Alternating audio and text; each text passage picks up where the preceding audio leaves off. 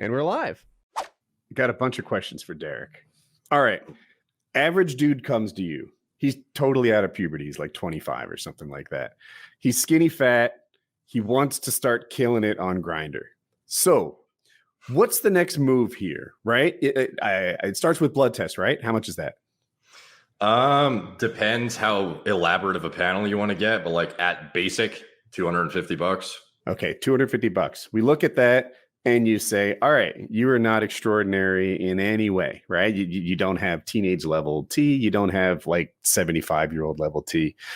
What's the next move here? We need to get this guy, like I said, killing it on Grindr, Tinder, take your pick. Do you put him on TRT? And how much does that cost? Do you put them on a workout program? Do you do maybe steps? Like, walk me through the process of what happens if a regular dude who needs help contacts you. Well, in general, they don't contact me. Obviously, they would contact my clinic, and from there, they would start off with a blood test that would typically be facilitated through. You want to say something? Plug your clinic. How do people find it? Oh, it's Marek Health, MAREK health.com.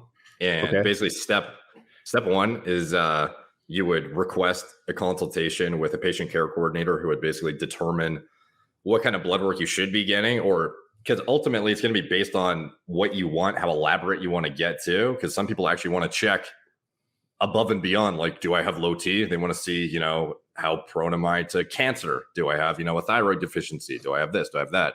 So, ultimately that will dictate your panel. But like a basic panel, let's just say, I don't know, you spend $250, you end up with a, consultation / interpretation follow-up with a physician. If you want it, you don't have to go that far, but if you want it, you can talk to them. And from there, they can kind of go over your results, your biomarkers, and see if you have any imbalances or deficiencies that require addressing. And at that point, if it's like medically warranted, then TRT is on the table.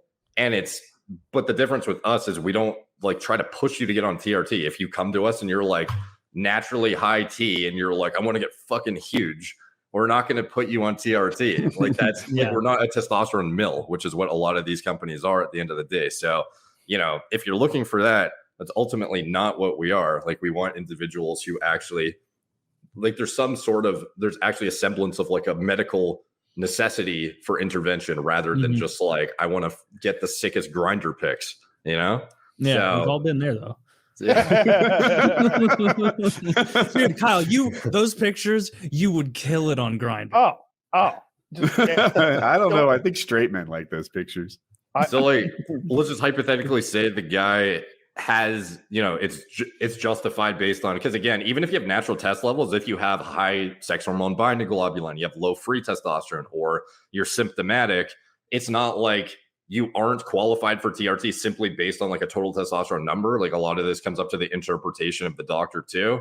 So if you have like erectile dysfunction, poor quality of life, like a bunch of flagship markers of some issue, just because your total T is, 500, it doesn't necessarily mean you're not a candidate.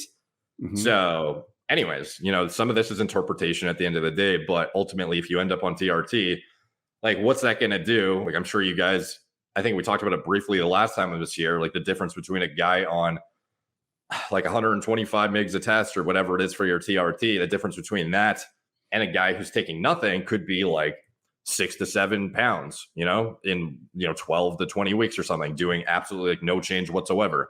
So like that kind of thing, it's a no-brainer that obviously is going to help support more muscle, help you burn more fat, help you have higher, stress resilience, a bunch of shit like that. And then if you want to get like what the next step would be, I guess it depends on how lean do you want to get. Do you want to pull like a, fat to fit transformation, or do you just want to get like, build a bit of muscle, or what's the deal? Like with Kyle, I was like, I want to see how far, like, he wanted to get shredded. And I was like, I wasn't sure if he had an idea in his head of how like actually shredded he could get.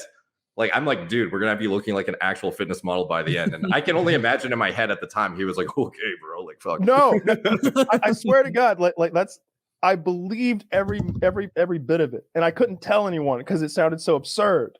But like, I don't think I told anybody. I think I told my dad. I was like, you told us.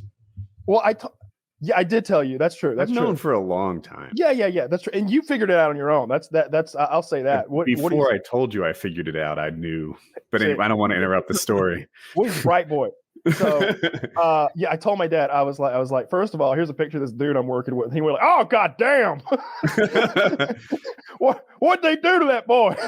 He's like two even slightly less muscular guys fused together. he's like, you working with He-Man, son? And I was like, yeah, I'm working with He-Man. And I was like, we're gonna take this thing until I look like a fucking superhero.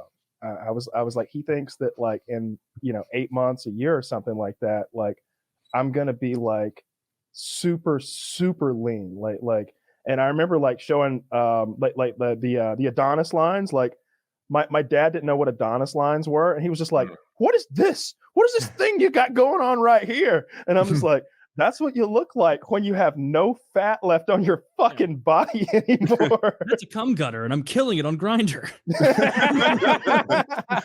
all the gay guys blowing loads on me, no cleanup. They love it. They just slide right away. to the sheets. Yeah, right in the sheets. It's the Adonis lines are sick. And I think that some parts of like my physique there are just like, and correct me or help me here, Derek, but like I think genetically, like I don't think everybody's abs are.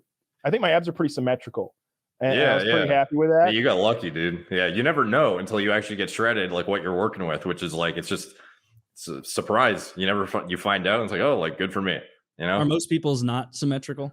It depends. Like it varies wildly. Like with The Rock, I'm actually about to put out a video on his like. It's weird how this was picked up as a top story, but I have no idea if I had any influence on people Googling this term. But I did a video on why his abs are like not good. Like he has, even though he's jacked, he's like 270 plus lean.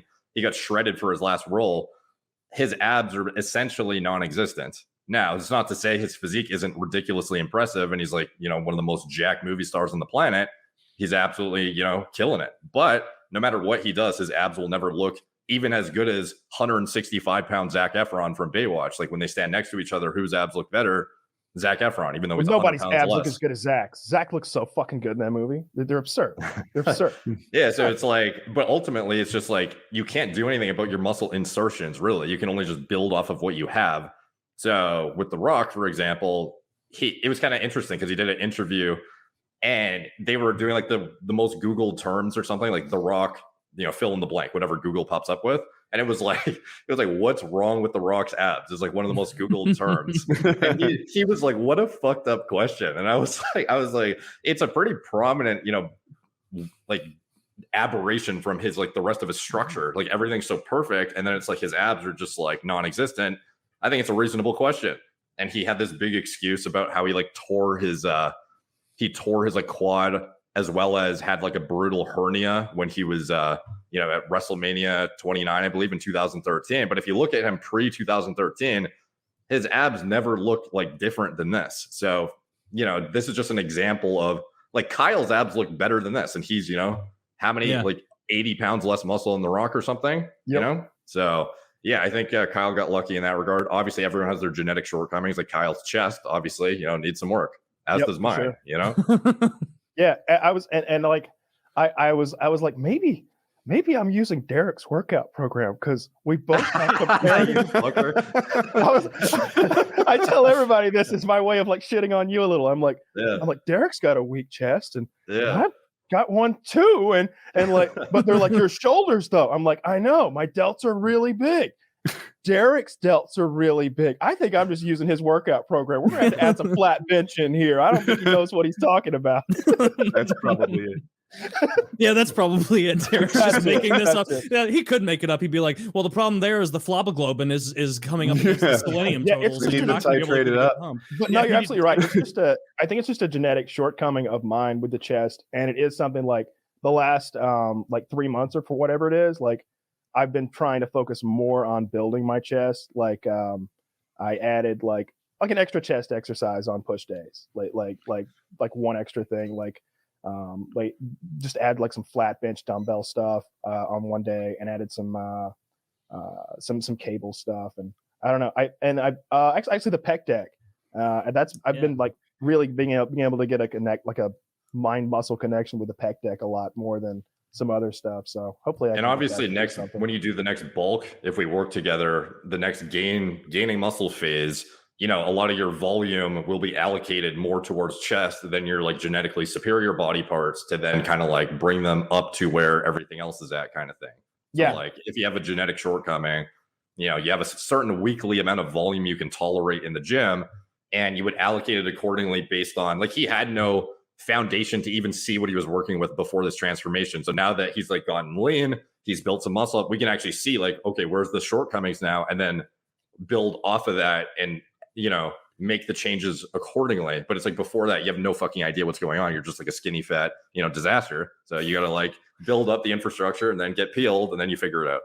All right. I love some of your. I got this thing, Taylor, that like half the people viewing this are wondering how they can do it too. They're inspired, and we got off the topic of like how this happens, right? And $250 in blood work, and then we shifted. What does it cost for the consultation, and what would they get from that? How would they be set on their direction? Like, what are the next steps after blood work, and what does it cost? Yeah, so we typically have like a $250 deposit for a doctor's visit. And like sometimes I'm just saying these numbers, like to be honest, I don't even deal with the back end with the actual pricing of stuff. Like I have a business partner who mainly monitors that. But so it would be, I don't want to like step out and say exactly this is the dollar amount you will expect, because by the time people watch this episode, however long in the future, I have no idea if the prices will change. And I would be like cautious to say, expect this, and then maybe you don't get that. But like in general, you're looking at, $500,000 in totality for blood work, talking with a doctor. And if you want to proceed with like a protocol based on your individual needs, and again, this is designed on individual needs specifically, as well as, your blood work. Like maybe you need thyroid medication, maybe you need, fill in the blank, maybe you want Viagra or Cialis, like whatever it is. These things obviously add to the cost overall, and above and beyond like a vial of testosterone kind of thing. It also depends on your dose of testosterone, what it's going to cost and whatnot. But like in general, you're looking at it's a reasonable investment, but it's for multiple months. So even though your upfront cost is, I don't know, $500 to $1,000 or whatever it is, like this is for multiple months. And when you factor in, trying to figure this all out yourself and like fucking yourself up potentially, or using underground gear and like getting infection or whatever it is, like ultimately you're better off getting the doctor oversight. And like we pride ourselves in the high quality medical consultations, like providing information and education, rather than like, we don't actually care if you get on tests. Like our markups on medications are irrelevant to what we're making off of the actual informing people about their health status, interpreting the biomarkers, determining, explaining why this is where it is, what you could do accordingly, how to mitigate the risks when you go on testosterone, that kind of stuff. But ultimately, to answer your question, like at least $500 minimum, upwards of, 1,000 plus, depending on what you're getting into. I have a little insight with that because, my cousin Scott, like last time I visited him 4 months ago or something like that, I had been sending him progress pictures and stuff. And when he saw me, he was just like, all right, dude, who's your friend? Who's perfect? Who's Mr. More Plates? The guy who gets the dates, the pussy man. More Plates is a first name. More Dates is his last name. Yeah. like, how do I get in touch with this guy? And I'm like, I set him up and everything. And he went and got it. He went through all the steps that Derek just laid out for you. And I think they found that he had a lot of the hallmark signs of low testosterone. They found that for one or more of his markers was low. He also had high cholesterol, and he had another thing or two. Then so they were able to get him prescribed several medications, not only to deal with like the testosterone thing, but also his cholesterol and just better, wellness in general. And I think he was like, with like all of that and maybe 3 months of meds, he was like out the door like $700 to $800, somewhere in that range.